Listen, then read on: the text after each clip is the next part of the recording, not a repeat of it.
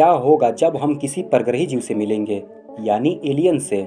Guys, आपको पता है विकास के इस क्षेत्र में लगाए गए आंकड़े से बहुत ही ज़्यादा स्पीड से हम विकसित हो रहे हैं और अंतरिक्ष की इस होड़ में एस्ट्रोनॉट का ये कहना है कि हम आज से 25 साल के अंदर किसी परग्रही जीव से मिल सकेंगे। यानी वो समय दूर नहीं जब हम किसी दूसरे परग्रही जीव से मिलेंगे, यानी एलियन से मिलेंगे। जैसा आपको पता ही है, नहीं पता है तो आज सुन लीजिए, हमारा अंतरिक्ष हमारे पहुँच से कहीं गुना ज़्यादा अधिक है और इस ब्रह्मांड को देखते हुए हमारे मन में ये सवाल उठता है कि हमको किसने बनाया है, हम कहाँ से आए हैं, क्या हम यूं ही बन गए हैं, क्या हम समुद्र से विकसित हुए हैं। कईयों का ये कहना है कि हमको किसी ने नहीं बल्कि हम धरती के वातावरण के अनुकूल खुद ही बन गए हैं। गाइस, कुछ भी हो सकता है, इस अंतरिक्ष में कुछ भी हो सकता है। आप जो नहीं सोच सकते हो यहाँ वो भी हो सकता है, तभी तो इसका नाम है अंतरिक्ष। क्या इस अंतरिक्ष में कोई दूसरी हमारी तरह ग्रह नहीं है? अगर है तो कहाँ है?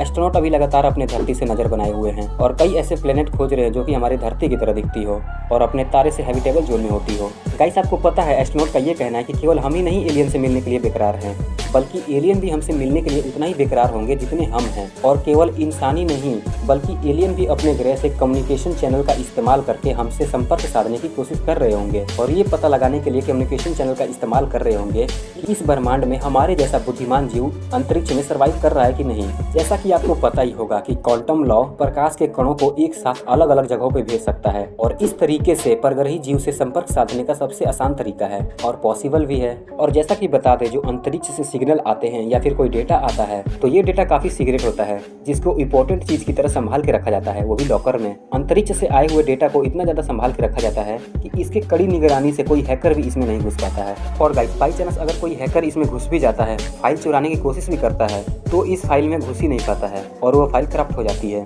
और आपको पता है इस टेक्नोलॉजी का परीक्षण अमेरिका के साथ साथ अब भारत भी कर रहा है। आप जान जाएं कि भारत भी अंतरिक्ष के मामले में अब किसी से पीछे नहीं है। आजकल के समय में अब क्वांटम टेक्नोलॉजी से लैस सैटेलाइट को बना के अंतरिक्ष में लॉन्च करने की तैयारी की जा रही है। और आपने सोशल मीडिया में ऐसी कई खबरें सुनी होंगी जो कि एलियन से रिलेटेड होती हैं और कई लोग तो ये कहते हैं कि उन्होंने एलियन देखा है और यहाँ तक कि एलियन को लेकर कुछ सालों से अलग अलग दावे किए जा रहे हैं और कई बार ये भी कहा जा चुका है कि एलियन बहुत समय पहले हमारे धरती पे पहुँच चुके हैं। आपको क्या लगता है? कमेंट में जरूर बताएं। पृथ्वी के अलावा किसी दूसरे ग्रह पे जीवन है या नहीं, या फिर क्या एलियन वास्तव में होते हैं या नहीं?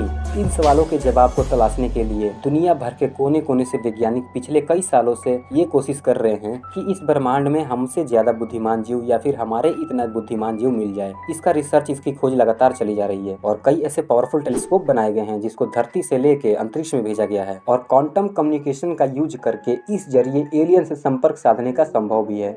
आप एक बार जरा इस पे नजर डालें।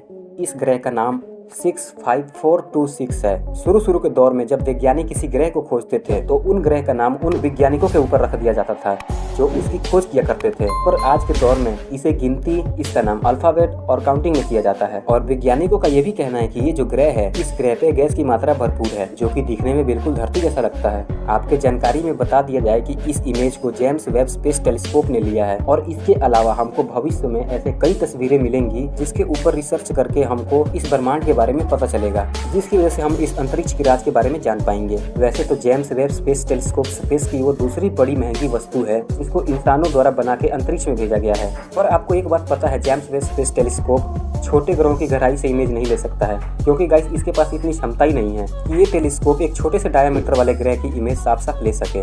लेकिन इसके अलावा अब वैज्ञानिकों का ये कहना है कि उनके पास एक ऐसा प्लान है जो आगे जाके इन टेलीस्कोपों को और ज्यादा पावरफुल बना देगा। इन्होंने बताया कि हम एक ऐसी टेक्नोलॉजी पे काम कर रहे हैं जो आगे चल के कुछ सालों में हमारा सामना किसी एलियन से हो सकता है। हम किसी दूसरे परग्रही जीव से मिल पाएंगे और जैसे हमारे एस्ट्रोनॉट को पता चलता है कि इस धरती के अलावा किसी दूसरे ग्रह पे जीव है और जिस दिन हम एलियन से मिलेंगे उस दिन वीडियो सबसे पहले आप देखिएगा। पर इससे पहले चैनल आपको सब्सक्राइब करना पड़ेगा, तभी तो जाके आप उस वीडियो को देख पाएंगे। तो गाइस, चैनल को सब्सक्राइब करें और वीडियो को लाइक करें। मिलते हैं किसी दूसरे वीडियो में, तब तक के लिए धन्यवाद।